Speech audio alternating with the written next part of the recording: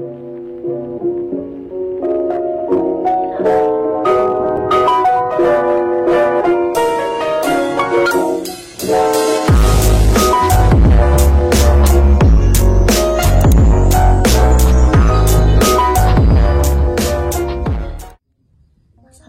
warahmatullahi wabarakatuh. Salam sejahtera untuk kita semua. Puji syukur kita ucapkan atas nikmat kesehatan dan kesempatan yang Tuhan berikan kepada kita sehingga kita bisa berkumpul daring di mata kuliah sosiolinguistik pekan ini. Pada kesempatan kali ini saya akan menyampaikan presentasi yang berjudul berbagai varian bahasa.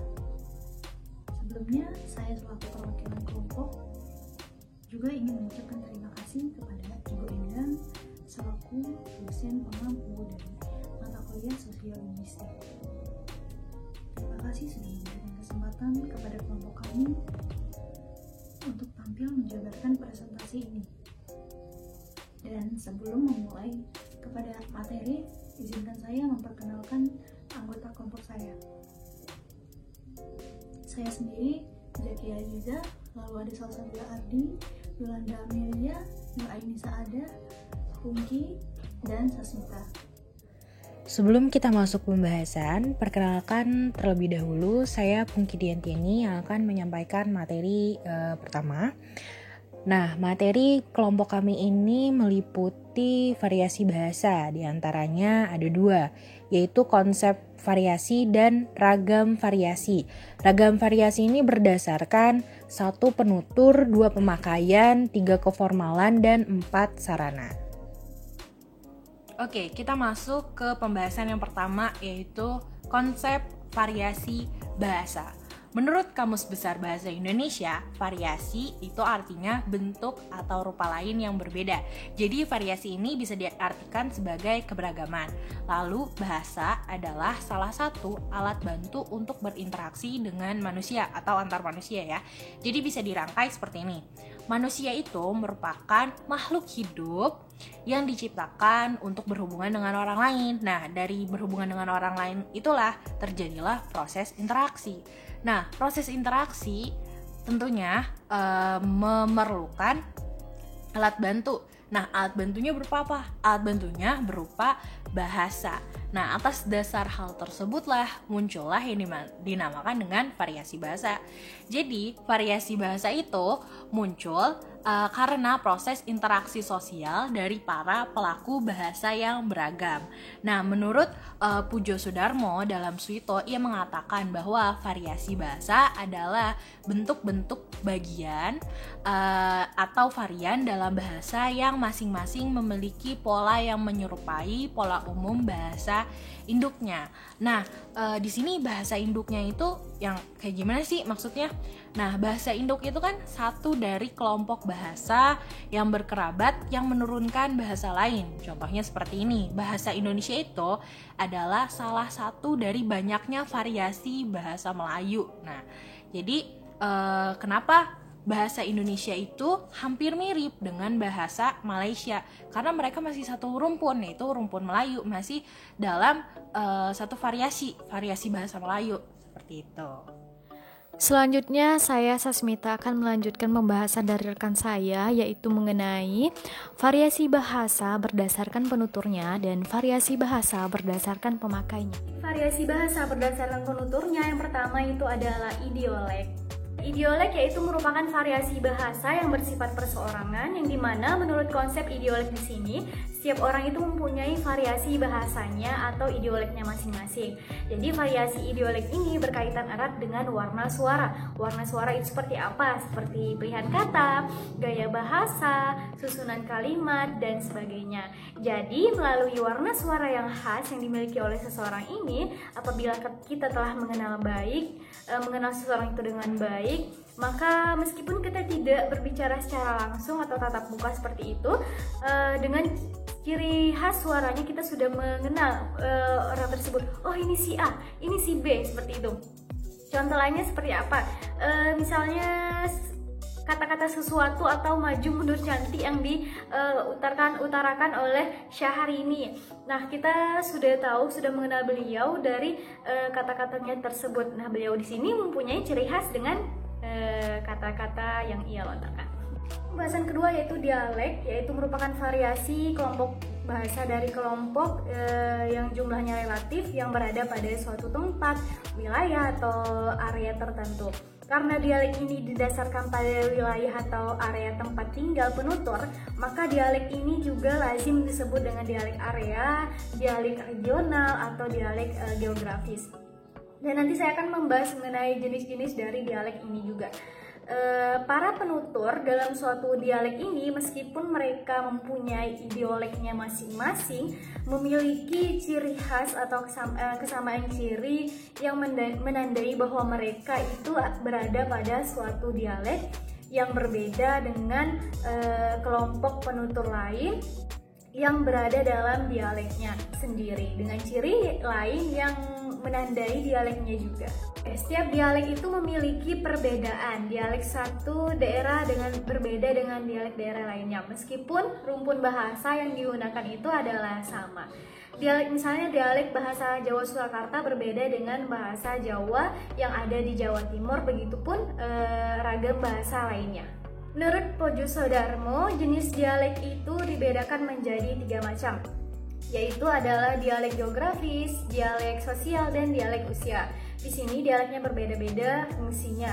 Yang pertama, dialek geografis, yaitu merupakan suatu tempat asal daerah si penutur. Seperti dalam bahasa Jawa, misalnya terdapat dialek Jogja, dialek Solo, Bagelan, dan Banyumas. Yang kedua yaitu dialek sosial.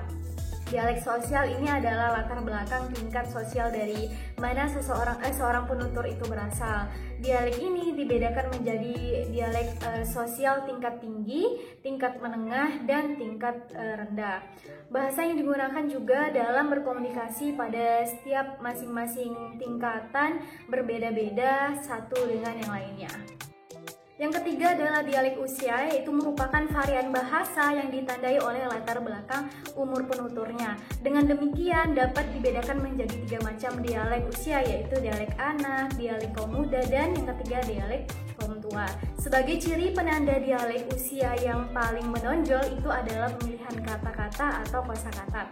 Contohnya seperti apa? Anak kecil misalnya ingin buang air, ia menyebutnya dengan pipis. Remaja dan dewasa menyebut kata-kata tersebut dengan lebih sopan, ingin buang air atau ingin ke belakang, seperti itu. Yang ketiga, kita akan membahas mengenai kronolog. Kronolog atau variasi tempora, yaitu variasi bahasa yang digunakan oleh kelompok sosial pada masa tertentu. Umpamanya variasi bahasa Indonesia misalnya pada masa tahun 30-an, variasi yang digunakan pada masa tahun 45 atau 50-an, dan variasi bahasa yang digunakan pada masa kini. Nah, penggunaan bahasa dari setiap masa ke masa itu berbeda. Tentunya akan menimbulkan variasi penggunaan bahasa juga. Misalnya pada tahun 45 itu menggunakan penambahan OE atau O pada setiap kata. Yang keempat merupakan sosioleg, yaitu adalah variasi atau ragam bahasa yang berkenaan dengan status sosial, golongan, dan kelas sosial para penuturnya. Nah, dalam kajian sosiolinguistik, biasanya variasi jenis inilah yang paling banyak dibicarakan dan paling banyak menyita waktu untuk membicarakannya. Seperti usia, pernikahan, pekerjaan, tingkat kebangsawanan, dan keadaan sosial ekonomi, dan lain sebagainya. Selain contoh yang telah saya sebutkan tadi, contoh lainnya itu seperti berdasarkan status sosial. Misalkan ada orang yang berstatus sebagai pegawai bank atau kantoran, ada juga nelayan, pekerja bangunan, status sosial, dan status sosial lainnya. Nah, masing-masing mereka ini saat berbicara mengalami variasi yang berbeda satu sama lainnya. Baik, selanjutnya kita akan membahas mengenai ragam variasi bahasa berdasarkan pemakainya. Yang pertama yaitu kita akan membahas mengenai ragam bahasa jurnalistik. Ragam bahasa jurnalistik yaitu variasi bahasa yang bersifat sederhana, komunikatif, dan ringkas. Sederhana di sini karena harus dipahami dengan mudah, dan komunikatif di sini karena jurnalistik itu harus menyampaikan berita secara tepat, dan ringkas itu karena mempunyai keterbatasan ruang misalnya dalam media cetak. Yang kedua yaitu ragam bahasa militer atau variasi militer yang bersifat tegas sesuai dengan tugas dan kehidupan kemiliterannya, yang penuh dengan disiplin dan instruksi. Nah, ragam militer di Indonesia dikenal dengan cirinya yang memerlukan keringkasan dan ketegasan yang dipenuhi dengan berbagai singkatan dan akronim. Nah, bagi orang di luar kalangan militer, singkatan dan akronim itu memang seringkali sukar dipahami tetapi bagi kalangan militer itu sendiri tidak menjadi persoalan, dan itu justru akan mempermudah bagi mereka untuk memahami dan mengingatnya. Yang ketiga merupakan ragam variasi ilmiah yang dimana yaitu bersifat lugas, jelas, dan bebas dari kebingungan serta bebas dari segala keraguan, karena bahasa ilmiah itu harus memberikan informasi keilmuan secara jelas tanpa keraguan akan makna dan terbebas dari kemungkinan tafsiran makna yang berbeda. Oleh karena itu, bahasa ilmiah tidak menggunakan segala macam metafora dan idiom. Apa itu metafora dan idiom? Yaitu merupakan ungkapan bahasa yang berupa gabungan kata atau frase yang maknanya itu sudah menyatu dan tidak dapat ditafsirkan lagi. Seperti contohnya membanting tulang, bertekuk lutut, mengadu domba, menarik hati, dan lain sebagainya.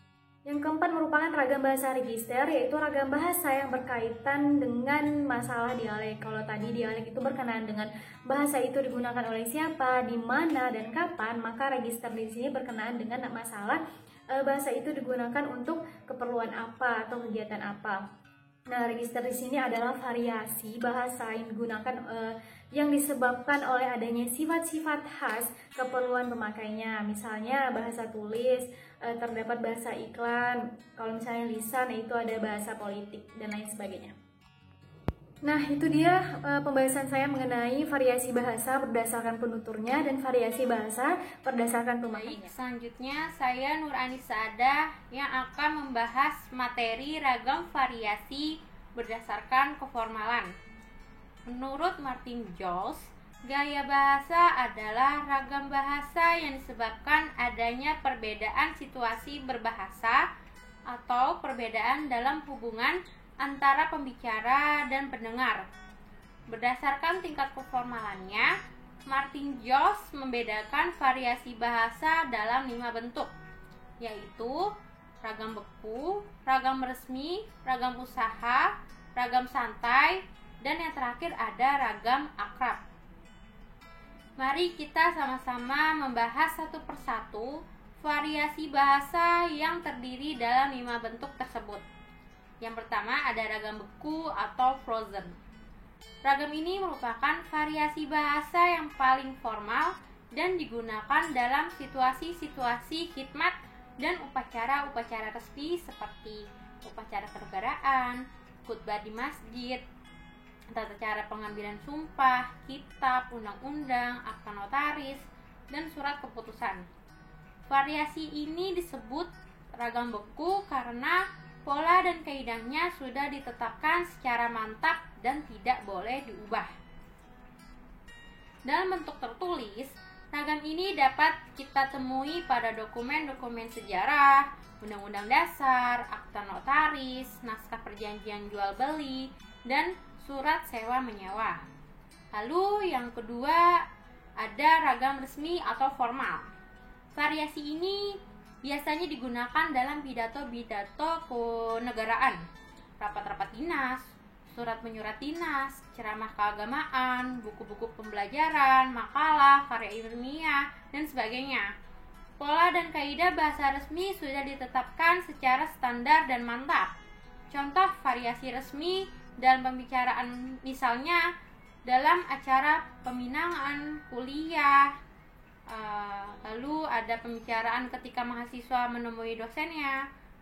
Itu adalah contoh-contohnya.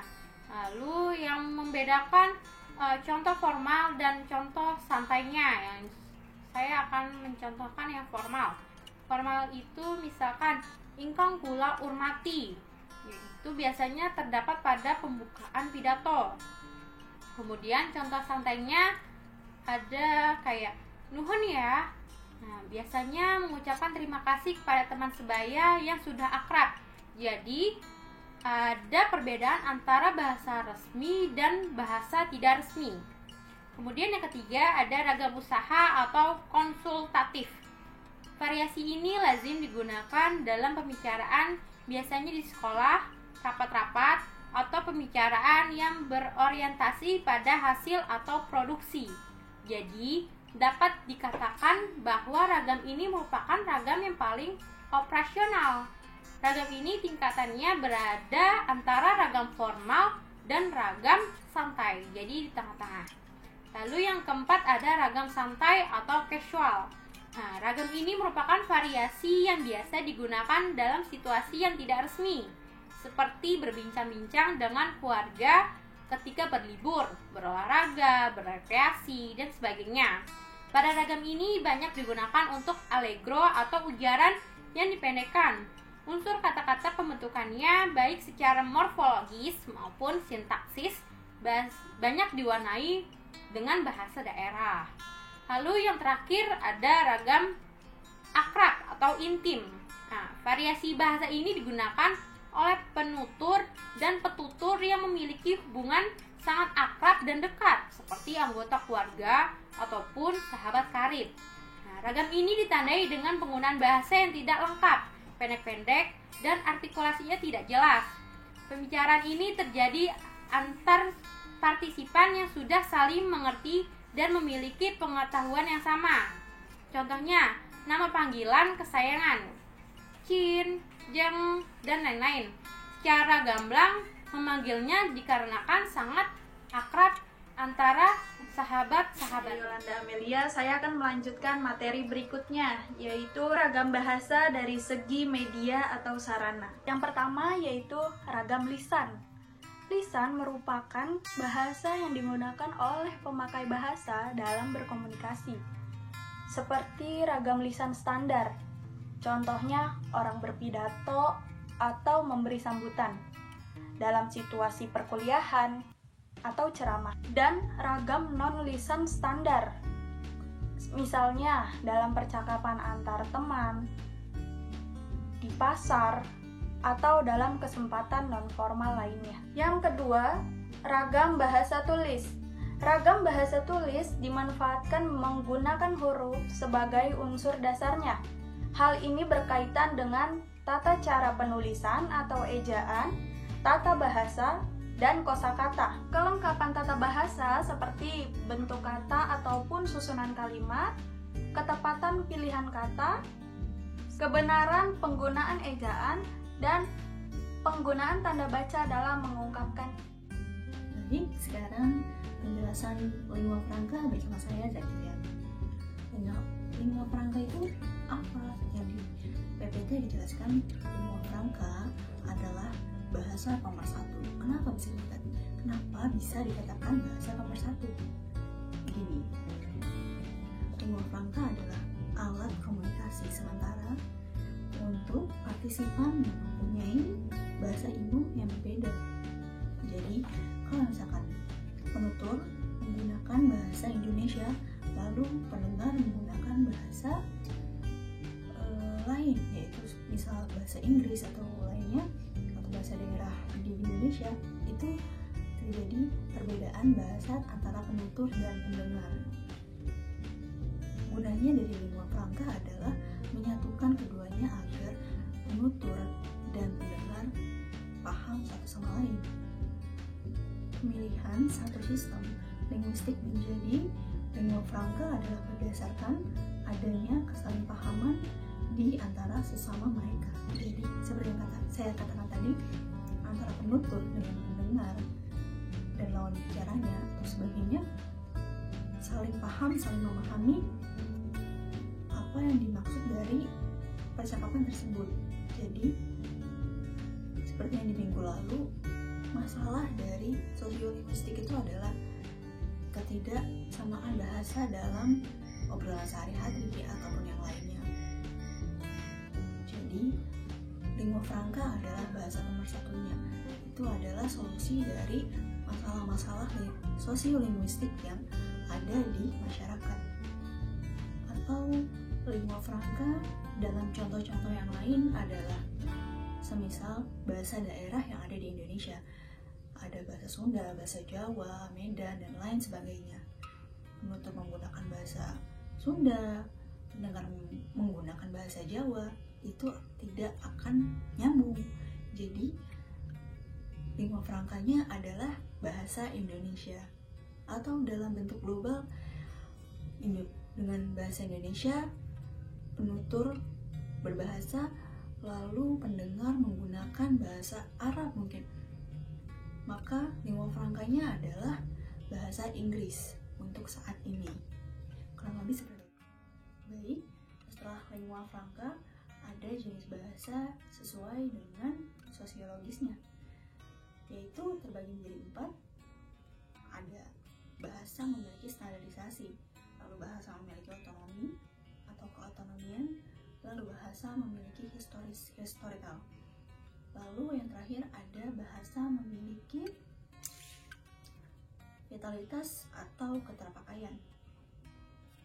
Standarisasi dari bahasa itu sendiri menitik beratkan kepada apakah sebuah bahasa memiliki kaidah atau norma yang sudah dikodifikasikan. Lalu bahasa yang memiliki otonomi atau keotonomian. Sistem linguistik ini memiliki kemandirian sistem yang tidak berkaitan dengan bahasa lain. Stand up sendiri. Dia berdiri sendiri. Jadi dia tidak terpengaruhi oleh apapun, bahasa luar manapun dia tidak terpengaruh. Lalu yang ketiga adalah historis, bahasa secara historikal, yaitu mempersoalkan apakah sistem linguistik tumbuh melalui pemakaian oleh kelompok etnik atau sosial tertentu, atau bahkan tidak. Lalu yang terakhir adalah vitalitas atau keterpakaian, mempersoalkan apakah sistem linguistik tersebut memiliki penutur asli yang masih menggunakan ataupun tidak. Saya Salsabila Ardi akan melanjutkan presentasi dari sahabat saya Zakia. Di sini saya akan membahas jenis bahasa berdasarkan sikap politik yang dibagi menjadi beberapa bahasa. Yang pertama bahasa nasional, bahasa resmi, bahasa negara, dan yang terakhir bahasa persatuan. Yang pertama yaitu bahasa nasional, sikap dan pikiran politik agar dikenal sebagai sebuah negara dan sebuah bangsa yang berbeda dengan yang lain. Selanjutnya bahasa resmi, yaitu sebuah sistem linguistik yang ditetapkan untuk digunakan dalam suatu pertemuan formal.